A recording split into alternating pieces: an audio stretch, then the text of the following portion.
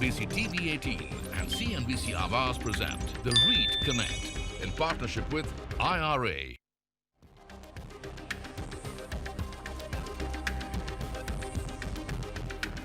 Hello and welcome और बहुत बहुत स्वागत है आपका द रीट कनेक्ट में। एक बार फिर से हाजिर हूं मैं विपिन भट्ट आपके लिए लेकर हमारी एक खास सीरीज जहां पर रीट्स पर लगातार हो रही है बात की रीट्स को जानना है, समझना है, फाइनली उस पर इन्वेस्ट करना है और फिर ढेर सारा प्रॉफिट कमाना है। यही हमारा पर्पस है। रीट्स एक सुरक्षित इन्वेस्टमेंट का तरीका है जब बात आती है रियल एस्टेट की, जहाँ पर चीज़ें कम पारदर्शी हैं, ट्रांसपेरेंसी कम है, तमाम तरह के सवाल मन में आते हैं, लेकिन रीट्स उन सभी सवालों के जवाब देने की कोशिश करता है। तो पिछले एपिसोड्स पे हमने जान लिया, समझ लिया कि रीट्स है क्या, कैसे काम करता है, इसका ऐतिहासिक बैकग्राउंड क्या था और इंडिया में इसकी शुरुआत कैसे हुई और अब तक हम कहाँ पहुँचे। इतना हो गया। लेकिन एक सवाल जो आप अक्सर सुनते हैं टीवी पे कि क्या आपके टूथपेस्ट में नमक है? तो आज हम पूछेंगे कि क्या आपके पोर्टफोलियो में रीट्स है और नहीं है तो कैसे होना चाहिए। और इसके लिए आज हमारे साथ दो खास मेहमान हैं। कार्यक्रम में मेरे साथ शामिल हो रहे हैं एनारॉक के चेयरमैन अनुज पुरी साहब और ब्रुकफील्ड इंडिया रीट के एमडी और सीईओ आलोक अग्रवाल साहब। आप दोनों ही महानुभावों का बहुत बहुत स्वागत है। तो आई थिंक ये जो सवाल है कि क्या आपके टूथपेस्ट में नमक है, तो पता नहीं कितनों को पता है, मुझे आइडिया नहीं है, लेकिन मेरे मन में ज़रूर अब ये सवाल आ गया है ये 2-3 एपिसोड्स करने के बाद कि रीट्स को मेरे पोर्टफोलियो में होना चाहिए कि नहीं। और I think I am reflecting most of the investors in India, क्योंकि रीट्स समझ में आना थोड़ा दिक्कत वाला काम था, लेकिन जब आप समझ जाएं तो फिर आपको लगता है कि ये चीज़ तो ऐसी है जिसे होना चाहिए। तो आलोक सर, आपसे शुरुआत करता हूं। हम थोड़ा डिटेल में तो जाएंगे, लेकिन वाई रीट्स, क्यों? तो देखिए विपिन जी, एक क्वेश्चन है कि होना चाहिए, तो मैं कहूँगा डेफिनेटली होना चाहिए। ओके। हाँ, डेफिनेटली होना चाहिए। अब 10% होना चाहिए, 20% होना चाहिए, वो अलग बात है। That will depend on your risk profile, how much passive income you want to have, but होना तो जरूर चाहिए, वो तो पक्का ही है। ठीक है। अब क्यों होना चाहिए, उसके जो जवाब हैं वो एक है कि तो रीट टोटल रिटर्न प्रोडक्ट है। इसका मतलब क्या है? इसका मतलब है कि रीट में आपको क्वार्टरली इनकम आती रहती है, 6%, 7% क्वार्टरली इनकम आती रहती है। और एक ब्यूटीफुल पार्ट है कि वो large part of that income is tax free. 80, 85, 9%, 90% income is tax free. तो डेट का फायदा हो गया। दूसरा, इसमें कैपिटल एप्रिसिएशन भी है हर साल, तो 5%, 6% एप्रिसिएशन भी होता रहता है। तो ओवर पीरियड ऑफ टाइम हम देखेंगे तो रिटर्न है प्लस एप्रिसिएशन है, इक्विटी का भी एडवांटेज है, डेट का भी एडवांटेज है। थोड़ा कम है ओवरऑल रिटर्न, जो इक्विटी में बन सकता है रीट में थोड़ा कम बनता है, पर रेगुलरली बनता है। सो that is one thing. Second thing is ये ट्रेडेबल है, लिक्विडिटी बहुत हाई है एज कम्पेयर टू, अगर आप देखेंगे रियल स्टेट, वो तो बात करेंगे, कोई कंपैरिजन ही नहीं है, but even as compare to bonds and at least in some small caps liquidity high है। आप जिस दिन बेचना चाहें आप बेच सकते हैं एंड पैसा आपके घर आ सकता है। सो that is second thing. Third thing है, इसमें सेबी के नॉर्म्स के हिसाब से ये लिस्टेड है। इसके जो गाइडलाइंस हैं बहुत स्ट्रिंजेंट हैं और इसके जो नॉर्म्स हैं, कंप्लायंस नॉर्म्स हैं, आर वेरी हाई। तो इसमें आपको रेगुलर इनकम आनी है, आपके 90% कैश फ्लो डिस्ट्रीब्यूट होने हैं, तो there is a guarantee of regular distribution. तो ये है। और अगर रीट को देखेंगे, आज इंडिया में तो 4 रीट ही हैं, long way to go. Right. Globally we have 1000 REITs and 2 trillion REIT की कैपिटलाइजेशन है। तो long way to go in REITs and depending on your risk profile, how much passive income you want, REITs is a must in your portfolio. And मैंने 3-4 reason बताए जिसकी वजह से होना चाहिए। बिल्कुल। अनु सर, तो सर ने कहा कि इसमें थोड़ा डेट भी है, इसमें थोड़ी इक्विटी भी है। एक बड़ा सवाल यही आता है, लोग कंफ्यूज हो जाते हैं क्योंकि उनके देखने का नजरिया सालों से वही है कि डेट में लगाना है, इक्विटी में लगाना है, फिजिकल रियल एस्टेट में लगाना है। तो कैसे कैटेगराइज करेंगे, कहाँ बैठेगा ये फिट रीट्स? सबसे पहले तो विपिन, बहुत अच्छा लगता है आपके शो पे आने के लिए, एंड ये बहुत ही अच्छा सब्जेक्ट है, बिकॉज ये ऐसा सब्जेक्ट है जो Vipin ultra high net worth individuals को तो समझ आता है, बट जो आपका रिटेल इन्वेस्टर है, जो आपका व्यूअर है, उसको ये समझ आना थोड़ा मुश्किल है। एंड ये प्रोडक्ट, जैसे आलोक जी ने बोला, है बहुत अच्छा प्रोडक्ट। इसके अंदर अगर आप रियल एस्टेट के अंदर इन्वेस्ट करना चाहते हैं, एक टाइम के लिए मैं एज्यूम करता हूं कि रियल एस्टेट में आप इन्वेस्ट करना चाहते हैं, चाहे आप प्रॉपर्टी खरीदना चाहते हैं, चाहे आप लिस्टेड स्टॉक ऑफ डेवलपर्स खरीदना चाहते हैं, चाहे आप रीट खरीदना चाहते हैं, तो कुछ आप करना चाहते हैं अगर रियल एस्टेट के अंदर, उसके अंदर आपको ये पोर्टफोलियो में एज अ रिटेल इन्वेस्टर लेके आना चाहिए। इसके 5-6 बेनिफिट्स हैं, कुछ आलोक जी ने बोले। सबसे पहला जो है, ये आपको रेगुलर इनकम दे रहा है। अब देखो ना विपिन, जो आपके डिविडेंड आते हैं कंपनीज के, वो डिपेंड करता है मैनेजमेंट क्या मूड में है। राइट। यहाँ पे जैसे आलोक जी ने बोला 90% mood नहीं चलेगा। उनका मूड नहीं चलेगा, आपको देना ही मिलेगा ही देना है। मिलेगा। सो यू नो जैसे आप पेंशन की तरफ जा रहे हैं, उस एज की तरफ जा रहे हैं जहाँ पे आपको स्टेबिलिटी ऑफ इनकम चाहिए, जहाँ पे आपको थोड़ी रिस्क का एपिटाइट है बट लार्जली आपको स्टेबल इनकम चाहिए। अगर आपको फुल स्टेबल इनकम चाहिए तो म्यूचुअल फंड हो गया आपका वहाँ पे, बट अगर थोड़ा सा भी रिस्क का एपिटाइट है तो 90% तो आपको डिस्ट्रीब्यूट हो रहा है एवरी क्वार्टर, 10% ही है उसके अंदर जो आप रिस्क ले रहे हैं। क्लियरली ये एक बहुत एडवांटेजियस टूल है। मेरे को ऐसे लगता है कि हमने इसको पॉपुलराइज नहीं किया ठीक से। सो अब आपके माध्यम से इसको पॉपुलराइज करेंगे बिकॉज ये टूल ग्लोबली बहुत जबरदस्त है, और जो पॉलिसी लेके आए हैं से भी बहुत ही जबरदस्त पॉलिसी है। इसमें कोई पॉलिसी में गड़बड़ नहीं है इसके अंदर। So it is easy to implement it, easy to understand it, ticket price भी कम है, जैसे आलोक ने बोला इनसाइड आउटसाइड आने की ईज भी है। It's a quasi debt equity, right, ऐसे मैं अगर बोल सकता हूँ Quasi debt equity। Quasi debt equity है, तो थोड़ा समझ आने में मुश्किल लग रहा है, पर ये प्रोडक्ट जरूर होना चाहिए as a retail investor. Ultra high net individual ने तो इसको रख लिया जी अपने पास। आई जस्ट थिंक इसके आपके माध्यम से अभी ये रिटेल इन्वेस्टर तक पहुंचे स्टोरी, एंड वो इसके अंदर इन्वेस्ट करना शुरू करें। अदरवाइज उनको लगता है यार प्रॉपर्टी खरीद लो, हाँ। या फिर लिस्टेड कंपनीज जो शेयर डेवलपर्स खरीद है लो। उसके शेयर्स खरीद लो। तो मेरा अगला सवाल भी आलोक जी यही होगा कि अभी भी जो इंडियन इन्वेस्टर है ना, वो जैसे रियल एस्टेट का नाम आता है तो 90% तो यही सोचते हैं कि भाई ऐसी प्रॉपर्टी हो जो मैं जाऊं, पूजा वूजा करूं, नारियल फोड़ूं, अंदर घुसूं, खिड़की हो, शीशा हो, शटर हो, चाहे कमर्शियल की अगर हम बात करें, तो वो उसके दिमाग में बैठा हुआ है। ठीक है, उसमें उसके दिक्कतें भी हैं, फंस जाता है, टाइम पे मिलता नहीं है, मेंटेनेंस, ये वो, किराएदार, तमाम चीजें। रीट्स उन सबका जवाब देता है, लेकिन कैसे बताएं लोगों को कि रीट में लगा के भी लगभग आप उन्हें वही सब मिलना है, लेकिन कोई झंझट नहीं है, कोई टेंशन नहीं है यहाँ पे। ये बहुत अच्छा सवाल है विपिन जी, और मैं ये बोलता हूँ कि दोनों में कोई कंपैरिजन ही नहीं है। एक्चुअली आप फिजिकल प्रॉपर्टी लेते हैं और रीट लेते हैं, और दोनों में कोई कंपैरिजन नहीं है। और मैं आपको बताता हूँ, पहले तो आपने जो खुद बोला आपने कि भाई आपने प्रॉपर्टी बुक की, उसके बाद वो बनेगी, फिर वो उसका कंस्ट्रक्शन हो गया, डिले हो गई, टाइम पे मिल गई, नहीं मिल गई, उसका आप स्टैंप ड्यूटी दो, फिर आपके हाथ में आती है, उसको आप खुद यूज़ करना तो ठीक है, आपको अब किराएदार को देना है तो आप किराएदार ढूंढ रहे हैं। आप छोटे रिटेल इन्वेस्टर हैं, इवन मीडियम साइज़ भी हैं, आपकी लीवरेज नहीं है ब्रोकर्स के ऊपर, आपकी लीवरेज नहीं है बड़े टेनेंट्स के ऊपर, आपको ब्रोकरेज देनी है। तो रीट्स में क्या है कि मतलब अगर आप देखें इन टर्म्स ऑफ, अच्छा फिर आपको प्रॉपर्टी बेचनी है तो फिर आप ढूंढने जाएंगे ब्रोकर को, फिर वो एग्रीमेंट करेंगे, 3 महीने लगेगा, फिर बिकेगी, फिर पैसा आएगा।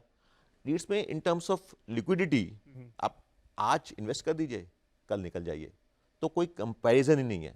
And in terms of cost तो आपने देख लिया, ब्रोकरेज है, स्टैम्प ड्यूटी है, 1% टैक्स है, वो सब रीट में झंझट ही नहीं है।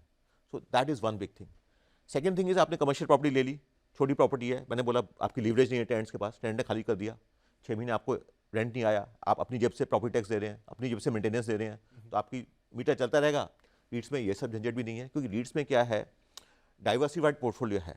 और वर्स्ट ऑफ टाइम में हमने देखा है वो 80-85% से उसकी ऑक्यूपेंसी नीचे गई नहीं, तो आपको 80-85% इनकम तो आती ही रहेगी। सो वो एक बिग प्लस है।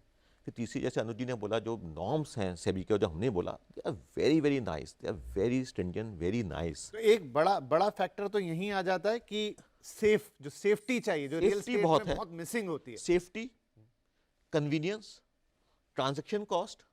फिर जो मैं बोल रहा था कंप्लायंस नॉर्म्स में क्या है, आपको 90% जैसे अनुज जी ने बोला पैसा तो डिस्ट्रीब्यूट करना ही करना है, तो आपको मिल ही जाएगा।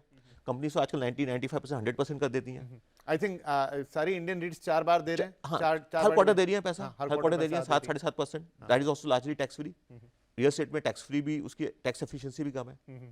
दूसरे क्या है कि नॉर्म्स हैं कि आप रीट में 80% portfolio has to be income yielding. Right. तो आप खाली बिल्डिंग्स नहीं ले सकते, लैंड नहीं ले सकते, तो इसका मतलब वो रेंटल आते ही रहेगा। Again compliance norms are very good. This means कि आपके जो इंडिपेंडेंट डायरेक्टर्स हैं, दे आर इक्वल और दे इन मेजॉरिटी। जो भी रिलेटेड पार्टी डिसीजंस हैं वो इंडिपेंडेंट डायरेक्टर्स ही ले सकते हैं, जो स्पॉन्सर्स हैं वो पार्टिसिपेट नहीं कर सकते हैं उसमें। Again lot of compliance. और एक बहुत बड़ी चीज़ है, जो आज जो 4 रीट्स हैं इंडिया में, या जो ग्लोबली भी रीट्स हैं, या जो आने वाले हैं, these are large companies, these are institutions. Their leverage with brokers, their leverage with tenants, their ability to do upgrade the property, meet ESG norms are very high. वो individual, और मैं तो बोलता हूँ इवन अल्ट्रा HNI भी compete ही नहीं कर सकता उनके संग। तो आप देखिए आपको 3% फीस में इंडिया की बड़ी से बड़ी कंपनी आपके लिए प्रॉपर्टी मैनेज कर रही है, राइट, और एक से एक प्लेसेस पे। एक से एक प्लेसेस पे। आप खुद करने बैठेंगे तो आप कर भी नहीं सकते, आप कितना पैसा लगा दीजिए। राइट। मैं पिछले किसी शो में उदाहरण ही दे रहा था कि बीकेसी में प्रॉपर्टी लेने का मन है तो वो तो शायद मैं कभी सपने में नहीं सोच सकता, लेकिन रीट्स के थ्रू आ सकती है। रीट्स के थ्रू आ भी सकती है और बड़ी से बड़ी कंपनी आपके लिए प्रॉपर्टी मैनेज करेगी, right, you know, at what very limited fee. जी। सो आई थिंक कोई कंपैरिजन नहीं है। आई थिंक विद टाइम मुझे लगता है लोग फिजिकल प्रॉपर्टी रहना है मकान में, ठीक है, ऑफिस ओन करना है, ठीक है, otherwise REITs is a way to go for retail investors, for institutions, for mutual funds, for ultra HNIs. This मैं ऐसा समझता हूँ जी। नहीं, अनु सर, यहाँ एक सवाल मेरे मन में आ रहा है कि रीट्स अच्छा है, ये तो समझ में आ रहा है। फॉर एग्जाम्पल अभी 4 रीट्स हैं, सर कह रहे हैं शुरुआत है इंडिया के लिए, सिर्फ अभी बहुत बड़ा रास्ता बाकी है। हमने देखा एक बहुत अच्छा एग्जाम्पल तो नहीं कहूँगा बिटकॉइन का या कोई भी एसेट क्लास, अर्ली मूवर्स को हमेशा एडवांटेज मिलती है। जो जल्दी उसमें उतर गया वो बाद में लगता है इतने पे पहुंच गया, उतने पे पहुंच गया। क्या ये मौका है जब अभी ज्यादा लोग नहीं है रीट्स के अंदर, एज एन इन्वेस्टर जानते भी नहीं है, लेकिन जो अर्ली मूव करेंगे उनको एडवांटेज आएगी? So I'll answer that. एक मैं आलोक से थोड़ा डिसएग्री करता हूँ एक पॉइंट के ऊपर। मेरे को लगता है Alok on the high net worth individual ना, वो दोनों चीज करेंगे। वो रीट भी करेंगे और अपनी प्रॉपर्टी भी रखेंगे, बिकॉज उनके पास वे विद ऑल है। They are smaller Alok but they have that ability to be able to services. तो यू नो 500,000 करोड़ का रीट में भी डालेंगे और 500,000 करोड़ की प्रॉपर्टी भी ले लेंगे।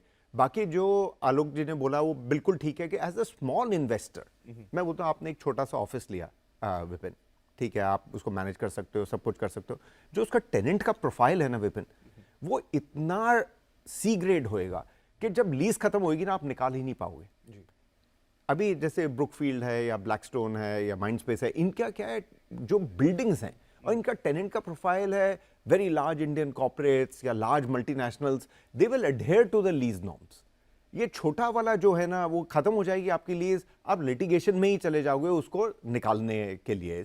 सेकेंड इज टाइटल, आपको ड्यू डिलिजेंस करनी, यू नो, बहुत वो कम्बरसम है। तो मेरे को लगता है छोटे इन्वेस्टर को नहीं करना चाहिए, अनलेस जैसे आलोक ने बोला कि अपने यूज के लिए करना चाहता है, तो then he should do it. तो वो तो एक डिफरेंट वो तो पर्पस डिफरेंट है। इन्वेस्टर के लिए you know it should not happen. आपका जो सवाल है कि as an early investor you know does it make it difference, मेरे हिसाब से बहुत ज्यादा डिफरेंस नहीं होगा, अनलेस विपिन आप स्टॉक मार्केट की गेम खेल रहे हो। Okay, that you know which is unpredictable, कोई प्रिडिक्ट नहीं कर सकता उसके अंदर। दैट यू से इसकी जो प्राइसेस हैं स्टॉक मार्केट पे ऊपर ही जाती जाएंगी, Right. वहां पे, then obviously you benefit in there. Otherwise मेरे हिसाब से आपको अगर आपको स्टेबल रिटर्न चाहिए, जैसे आलोक जी ने बोला 6-7%, वो एक्चुअली 6-7% से ऊपर ही जाती है।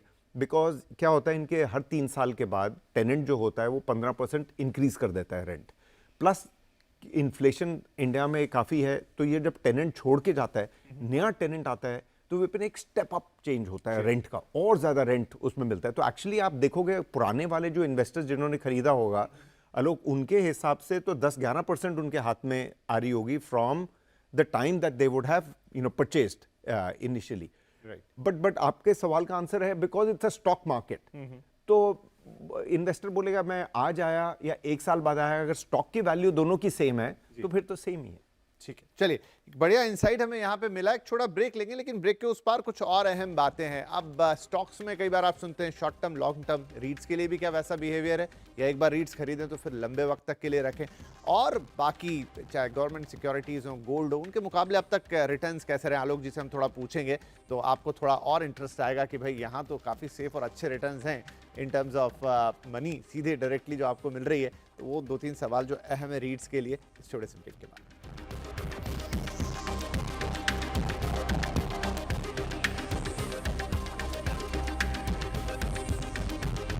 CNBC Awaaz present the REIT Connect in partnership with IRA. Welcome back, आप देख रहे हैं द रीट कनेक्ट, और आज बात हो रही है कि आपके पोर्टफोलियो में रीट्स के लिए कितनी जगह होनी चाहिए। ब्रेक से पहले अनुज जी के साथ और आलोक जी के साथ काफ़ी इंटरेस्टिंग चर्चा हुई, लेकिन अब 1-2 अहम सवाल। जब बात आती है पोर्टफोलियो की तो सबकी नज़र एक ही चीज़ पर होती है, दैट इज़ एब्सोल्यूट रिटर्न, मेरी जेब में कितना आ रहा है। और साथ में लॉन्ग टर्म शॉर्ट टर्म कैसे रखना है, बड़े सवाल होते हैं मन में, तो उन्हीं 2-3 अहम सवालों के जवाब जानने की कोशिश करेंगे। तो आलोक जी, आपने थोड़ा टच पॉइंट किया था शुरुआत में जब हमने बातचीत की शुरुआत की थी, लेकिन अलग अलग एसेट क्लासेस की हम बात करें, चाहे डेट हो, चाहे इक्विटीज़ हो, चाहे फिर फिजिकल रियल एस्टेट हो, रिटर्न के मामले में रीट्स को कैसे कंपेयर करें? मतलब एट लास्ट आपकी जेब में कितना आ रहा है? लोगों के मन में रहता है भाई मैं सीधा इक्विटी मार्केट में ही लगा दूं, मैं तो समझता हूं, जानता हूं, इतना टीवी पे देखता करता हूं, या फिर मुझे थोड़ा सा आराम से ही चाहिए, म्यूचुअल फंड हो गए या गवर्नमेंट सिक्योरिटीज हो गई। रीट्स को हम थोड़ा कैसे बताएं कि भाई ये भी आपकी जेब उतनी ही भर सकता है? तो इसमें ना विपिन जी, दो चीज़ें हैं। एक तो एक चीज़ होती है कि भाई एक तो रिटर्न ठीक है आएगा, एक है रेगुलरली क्या आ रहा है।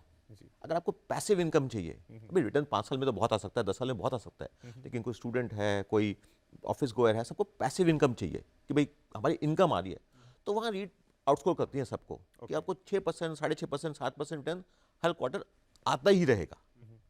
वहाँ पे एक वो बात है। दूसरी बात है एप्रिसिएशन है, ग्रोथ है, तो अबाउट 10% प्लस अगर लॉन्गर पीरियड ऑफ टाइम देखोगे तो early teens, mid teens return आएगा। इक्विटीज आउटस्कोर कर सकती है रीट को, मैं मना नहीं कर रहा, इक्विटीज में रिटर्न ज़्यादा आ सकता है इफ मैनेज वेल, रिस्क भी ज़्यादा है, लेकिन रीट्स में अगर कॉम्बिनेशन देखें रेगुलर इनकम और ग्रोथ, वहाँ पे आई थिंक रीट आउटस्कोर करती है। In terms of return yes, equity से कम हो सकता है। रियल स्टेट में तो फिर बहुत चांस वाली बात है, कहीं बहुत लैंड में डाल दिया आपने, 25 साल में आपके 100 गुना हो गए, वो फिर लैंड नहीं मिला, वो एक अलग बात है, आप इन्वेस्ट कर पाए, उसके लिए पैसा ही बहुत अच्छा, चाहिए। एक मैं बीच में आपको रोक रहा हूँ, हम देखते हैं अलग अलग साइकिल्स रियल एस्टेट की आती रहती हैं, उनका इम्पैक्ट रीट पर आता है लेकिन कम आता है। तो ब्यूटी यही कम आता है, ये नहीं कि रिटर्न 0 हो गया, रिटर्न 25 हो गया, रेगुलर इनकम है, रेगुलर रिटर्न है, रिस्क कम है।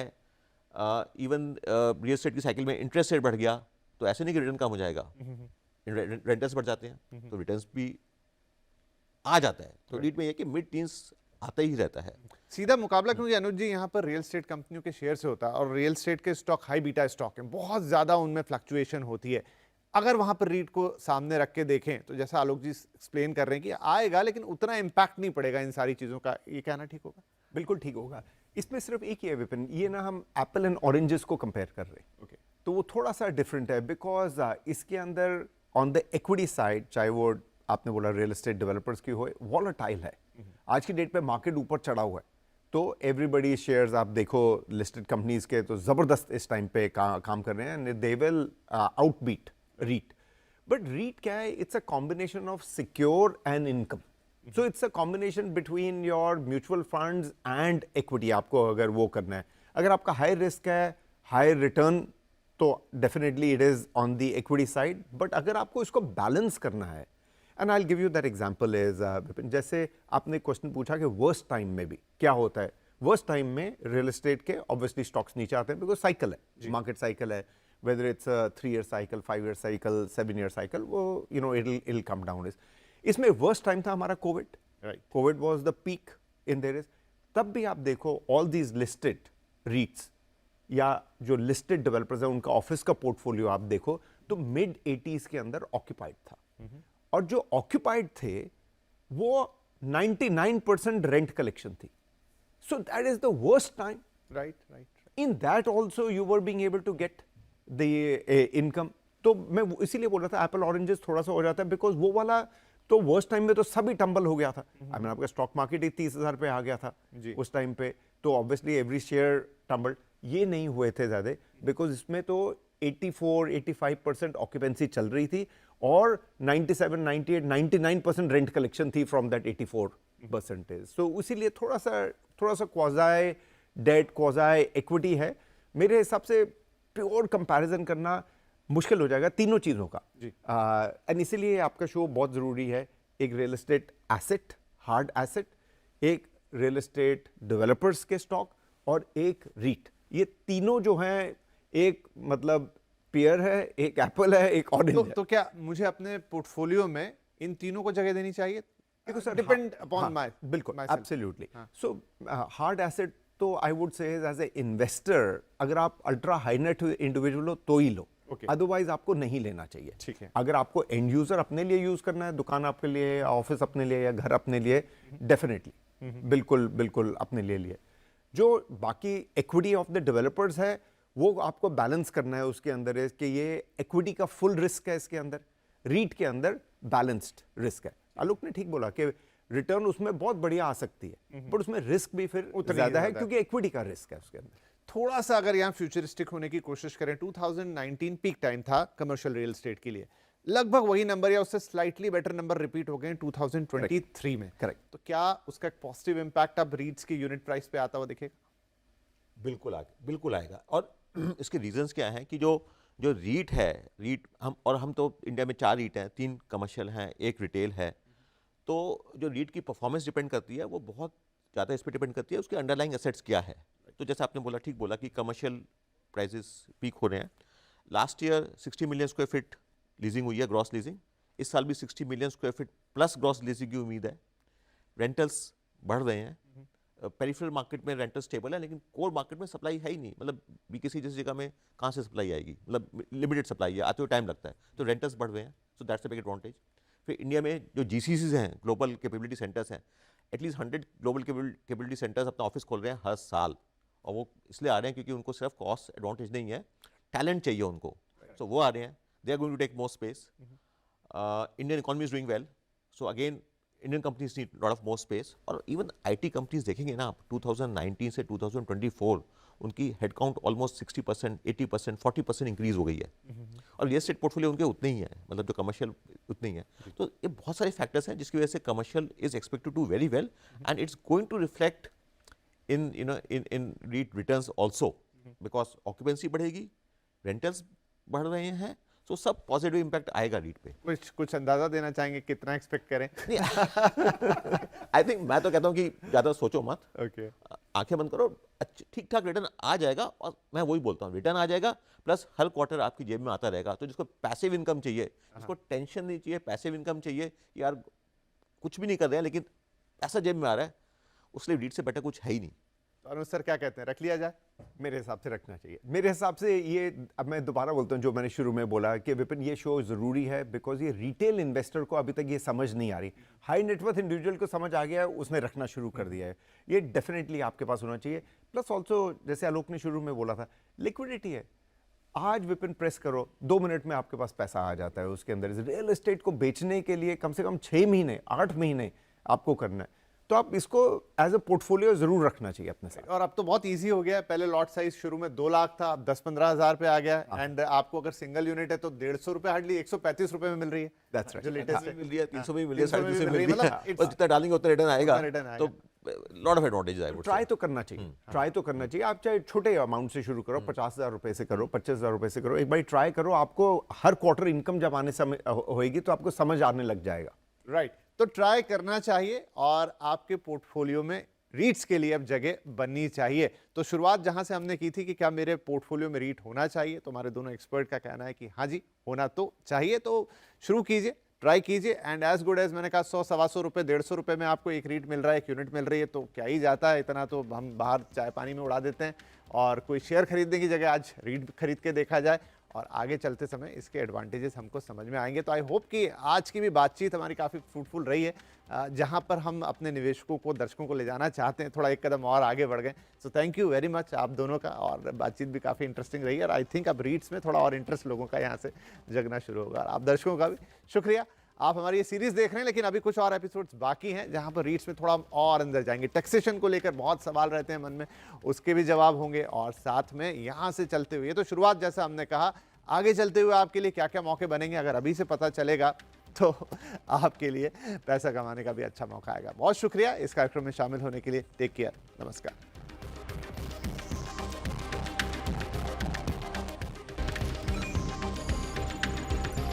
CNBC TV 18 and CNBC Awaaz present The REIT Connect in partnership with IRA.